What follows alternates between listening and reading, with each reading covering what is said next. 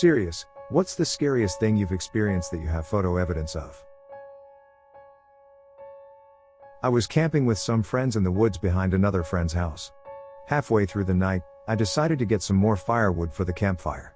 On my way back, I felt like I was being watched. It was a half moon, so there was enough light for me to barely see around me. As I looked around, my eyes fell on a person's face poking from behind a tree. The face was grotesque, pale with hollow eyes and a gaping mouth. I didn't hesitate to drop everything and run, and when I came back to my group, I was panicked and scared shitless. After telling them what happened, my friends decided they wanted to see it for themselves and brought me with them. I was hesitant, but going with a group seemed better than being alone. We brought flashlights this time, and when we came to the place, I saw the face. It was still there. After shining the light on it, it was a rotten styrofoam head on a stick someone out behind the tree. It looked like it had been there for a while, with some green moss growing on it, discoloration, etc. The scariest part about this was my friend, whose house was in front of the woods we were in, swore up and down he didn't put it there. He was pretty shaken. We took a picture of the head. Walking my dog one night real late and felt like I was being watched, while I also heard rustling around me. Turns out it was a curious black bear who ran and hid up a tree because it was probably as terrified as me. Pick is still creepy, nonetheless. My right eye tried to kill me by growing itself a stage 1 biocular melanoma. The scariest part of the experience was the day the doctor started calling it the cancer instead of the mass and added, "Now, I have to figure out how I'm going to save your life." Thanks, Dr. Murray, you did an awesome job. Treatment was brachytherapy, which involved attaching a radioactive disc to my eye and letting it sit there for 3 days. Felt like I had something stuck in my eye the whole time, but I was on some excellent drugs to keep me in a nice calm haze. Shared a room with a nice chap from Israel, and we had some interesting discussions. I hope he's recovering well too. About 2 weeks after the treatment ended, the tumor went into something called necrosis and literally exploded all over my eye. That was the most painful thing I've ever experienced. Apparently, it's so rare it happens to 1 in every 10 million ocular melanoma patients. They wrote a medical paper about me. Somehow kept the eye, and my vision only dropped from 20/40 to 20/60 after reconstructive surgery. Did I mention my doctor was amazing? He's a genius. Getting hit by a truck while on a motorcycle. I was driving down a road going about 45 miles per hour, and there was a truck behind me, not even close to tailgating me, so I thought nothing of it. Well, I came around a bend, and there's a part where cops sometimes like to hide. I was going over the speed limit, so I slowed down a bit, but the truck didn't. He hit me going maybe 45 to 50 miles per hour. The bike's rear tire got locked under the front bumper, and I was pushed about 100 feet down the road. Miraculously, the bike didn't tip over, and I got right off of it. It was weird, because when it was happening, I was really calm. Just sort of accepted the fact that I was going to die. When I got off the bike, I turned into a nervous wreck. The kicker is, the truck had more damage to the bike. The bike was able to drive home. The only damage it sustained was to the plastics. We checked the frame, and it wasn't even bent. The truck had a punctured radiator and a whole slew of grille damage. I was incredibly lucky that day, and it's times like that where I really think that a guardian angel stepped in. That probably isn't what you're looking for. I would be wanting paranormal stuff too. I have actually witnessed some paranormal events, but wasn't able to get a picture of them. They happened too fast. So, I was 18 years old and had just graduated high school. I get home from school, and I'm dead tired. I used to play Madden a lot, and I would play as soon as I got home. I go to my room, turn on the Xbox, and sit down in my favorite chair and start an online game. Once the game starts, I hear a huge cracking sound, in the room right next to mine. It sounded like thunder in the next room over. This sound came from the inside of the room, so my heart's racing, and my brain starts thinking something exploded, or someone broke in, and I'm about to die. I turn off the Xbox and race into the hallway, and stand outside the door of the next room over. I open the door, and there's a truck inside my grandma's room. Everything is destroyed. My grandma's bed, her nightstand, the entire wall, my belief in reality. Everything. I see an old woman and 2 screaming kids in the back of the truck, and I close the door like it's magically going to reverse all the damage. I started panicking cause my brain was telling me that the truck was about to explode, because there was smoke everywhere, it was dust, but I wasn't thinking straight. So, I called 911 and flat out told them a truck drove into my apartment. Everything turned out okay, and no one got hurt. But I still sometimes get paranoid that a truck is going to plow through my wall like an NFL linebacker and kill me. I was in the Alps with some university pals to do some fieldwork for our botany exam. We were staying in a refuge in the middle of nowhere, at 1,400 meters of altitude and a 40-minute drive away from the nearest town, which was literally composed of 20 houses, the smallest supermarket ever, and a pharmacy. Anyway, we had an area of 15 kilometers by 15 kilometers to work in, which was a good distance away from the refuge in the middle of the woods. We were walking in the woods when out of nowhere we found ourselves in front of a house which was clearly inhabited, smoke coming out of the chimney and clothes hung to dry outside, but wasn't on the map we had. This map was really well made and included even the smallest and most in ruins buildings to avoid people getting lost in the woods. As we approached the house we noticed a doll's head on a pike in the front lawn. We got really creeped out, took a picture to show the refuge owner and quickly noped out of there. Turns out the refuge owner, who knew the area really well, didn't even know there was a house there. Creepy shit. Getting attacked by a lone mountain goat while backpacking. Other backpackers coming down from the weekend warned us about getting chased around by a mountain goat, but we laughed it off. Turns out, mountain goats are huge, terrifying, and completely silent. This one, in particular, snuck into our camp and got uncomfortably close to us and wouldn't leave without a fight, so we had to bail. Eventually, it disappeared, but it came back early to terrify us the next morning and trapped my friend in his tent. We found other hikers who had a gun, and the gunshots hardly scared it. I took this picture after we packed up, and while we were leaving our camp. It watched us the entire time we were packing and was holding our camp while we were leaving. I was backpacking through Thailand a couple months ago. My brother and I were walking down the sidewalk near a market one night on our way to go grab some food. I look to my right, and in the left corner of my eye, I see a branch reaching out from a wall we are walking along. Instantly realizing what it was, I pushed my brother to the side before he'd walk right into it. There it was, a massive boa constrictor patiently waiting for its next meal. Whipped my phone out just in time to watch it slither back into the depths it came from. It's actually a reticulated python. One of the longest snakes in the world. My family was on holiday in Batanes, and we were touring a World War II-era Japanese tunnel. There were steps carved into the stone that led into a lower tunnel, and since my family didn't want to go down there, I went alone. It was just me, a flashlight, and 100 or so feet of a black tunnel. Around halfway through, I crossed paths with a bright yellow pit viper. Just gonna make a long story short. My friends and I went to a rave in Texas. Afterward, we were hungry, and there was a pizza place near our hotel. We get out of the taxi and see this creepy place with huge clown heads on the side. I said, "This is the place?" And my friends were like, "I think so." We head inside this building and immediately see this. There were people sleeping on the floor in there, and it looked creepy. Turns out the pizza place was a little truck right next to that place. Very weird. I came home from college to find a high-powered rifle bullet lodged in my bedroom window. It hit the metal window frame and deflected downward. There's a deck above, so trajectory was very flat, likely a lofted bullet across the valley from some idiot a few miles away. I'm not really sure if this is photo evidence since it wasn't in the act. I spend a lot of time hiking in the Rocky Mountains. In my first year, I saw a hell of a lot of bears, and ended up getting bluff charged by one. My dog hikes with me everywhere, and he listens pretty well, so whenever I see a bear, I always get to a high point and watch it leave my line of sight before I turn and walk away.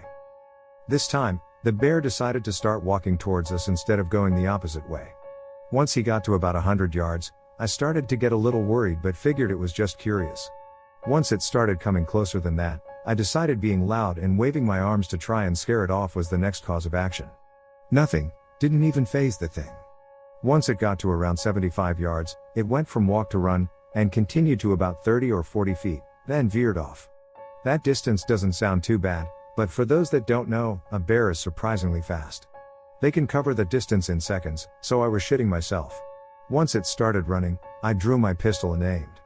Had it gotten any closer before it veered, I was going to start shooting. During all of this, my dog literally just sat by my side, while barking his ass off. Needless to say, I was pretty shaken. I didn't do much hiking for a week or two after that, but I got back into it pretty quickly. After that season, I've only seen a handful of bears over the next 2 years, and none were close at all. The photo is pretty shitty, but I took it through my binoculars when it was still across the open park we were in.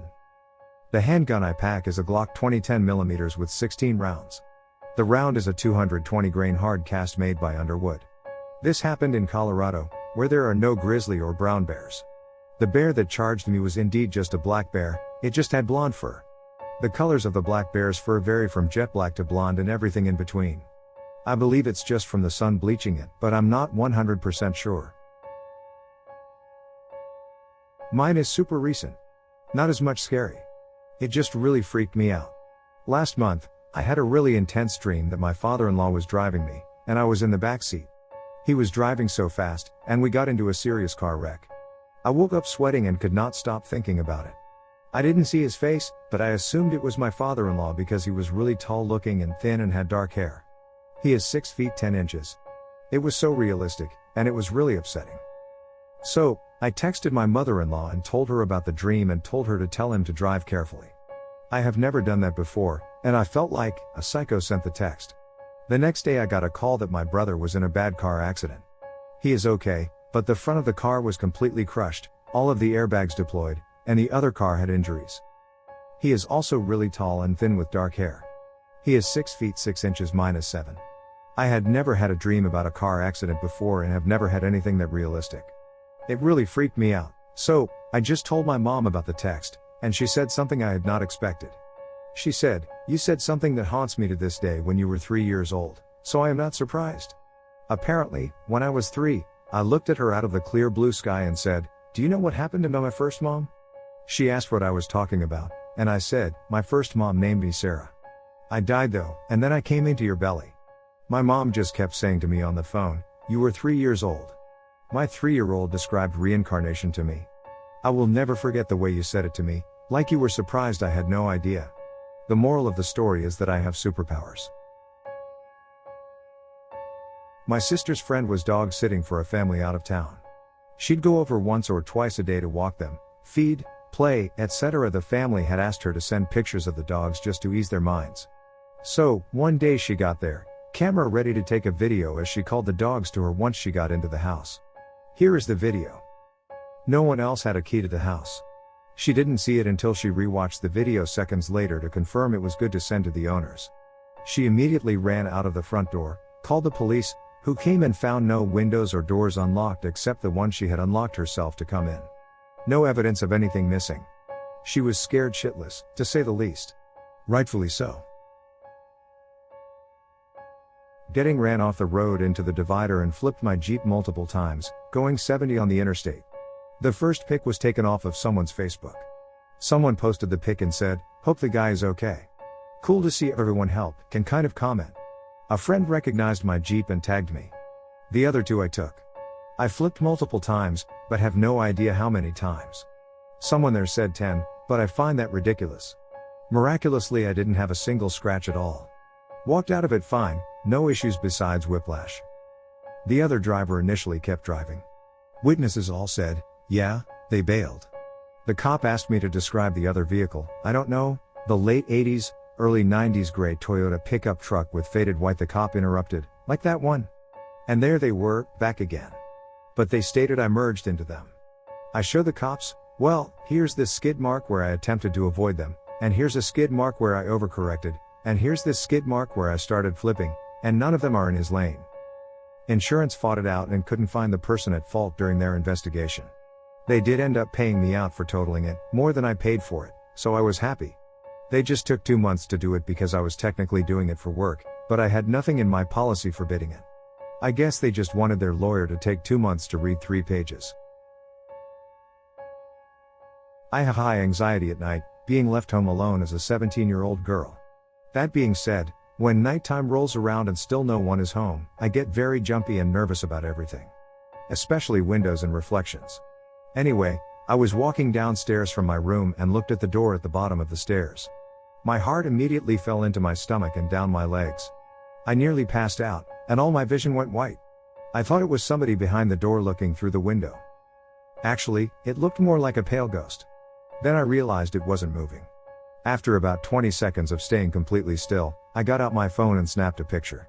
After that, I slowly made my way down the rest of the steps, and that's when I realized, it was just the light's weird reflection on the door creating this weird demon, person shape. To this day, I refuse to use that one light by the door when I'm home alone because it still freaks me out. Once I was snowshoeing in reservation land behind my property and came across a ring of abandoned snowblowers. Whatever, no big deal, until I see something in the trees to the side of this kinda creepy clearing. There's a chair, a noose, a gasoline canister, and a shovel not pictured in photo. This, plus the ring of snowblowers in an area that is supposed to be protected from people leaving weird shit on it, caused me to run out of there. I tried to jog in snowshoes and realized I would be caught if someone creepy showed up because it is impossible to run in those things. I was expecting some guy to come to approach me out of the woods at any second. To say the least, it was a long hike back to my house. Fun times. Since people had some questions, I reported it to the police. They said it was close to this guy's house, and he was a bit weird, and I shouldn't walk back there again. Never got an update beyond that. Because the gas can and the noose were so low, I'd like to think it was some weird post-hunting things like stripping out the deer, I don't know. And they were all motorized push snowblowers, at least 7 to 10 of them in this like 30-ish foot clearing, all spaced out well. I was wondering if I was going to be offered to the snow gods. I contracted MRSA a few years ago, on my left shoulder blade. Methicillin-resistant Staphylococcus aureus infection is caused by a type of staph bacteria that's become resistant to many of the antibiotics used to treat ordinary staph infections. The infection took off like wildfire and tunneled through to my heart and left lung, collapsing a said lung and sending me on a spiral into cardiac arrest and respiratory failure. Died for a minute, came back, died again, came back. I had to have a chest tube put in without anesthesia, and they missed the first try and poked my heart with the tube, and that's the last thing I remembered for 10 hours. The hospital exhausted every antibiotic, and I drained their morphine supply to critical levels in the space of 4 days. I was told that there was only one drug of last resort, vancomycin, left, and by the time it was flown in, I would only have 5 to 7 days to live if it failed. I was advised to call my family and make arrangements, and they opened the floodgates on my morphine button. While the drugs were in transit, surgeons vacuumed nearly a pound of necrotic tissue and pus from my shoulder and also had to guide tiny vacuum hoses into the tunnels the MRSA had dug. Obviously, the vancomycin worked, but then I had a relapse 5 days later and had to undergo another hospital stay in Vance 4 for 7 more days. This was 2013 in a small, rural hospital that was probably more prepared for snakebites than superbugs. Personally, I don't even know what they were pumping into me initially, just that it was 2 different antibiotics for 3 to 4 days before they moved on to Vance. The fact that I drained their morphine supply considerably might say something about their capabilities. The hospital bill ended up being $0, with $412 for the anesthesiologist. I don't know how, with my crappy health plan and so many days in the hospital and procedures. The finance office took my information, asked some questions about my finances, and said they would send me a bill after they worked it out with my health plan. I never heard another word about it, and my credit report never showed anything all these years. I only remember my first flatline, and both were very brief. I was told only a few seconds it took to do revive procedures. I was already in triage with a collapsed lung, so they were at prime response times, thankfully. I don't know or remember if they defibrillated or pushed drugs for reviving. I was in another plane of existence of pain. All I remember about dying was knowing that it was the last moment, and my vision faded to black with a dot of light left in the center, then all the light whooshed back upon revival. On reviving, it felt exactly like those dreams where you are falling and wake up, and all the light that whooshed back felt warm, like wrapped in a blanket warm somehow. Maybe I didn't die long enough to have much of an experience, but I do adamantly remember the moment my brain said, I literally can't, sorry. There was no life flashing before my eyes kinda thing, but I was thinking about my kid the whole time, and she was the last thing I thought of. As many pointed out, vancomycin is the first line defense for MRSA, and I am not sure why the hospital was not prepared or why they tried other drugs first. For all I know, they could have used it all up on another patient with MRSA in the next room over. Also, they flew it in, because Texas is really big, and it's mostly back roads between us and the city we got the drugs from.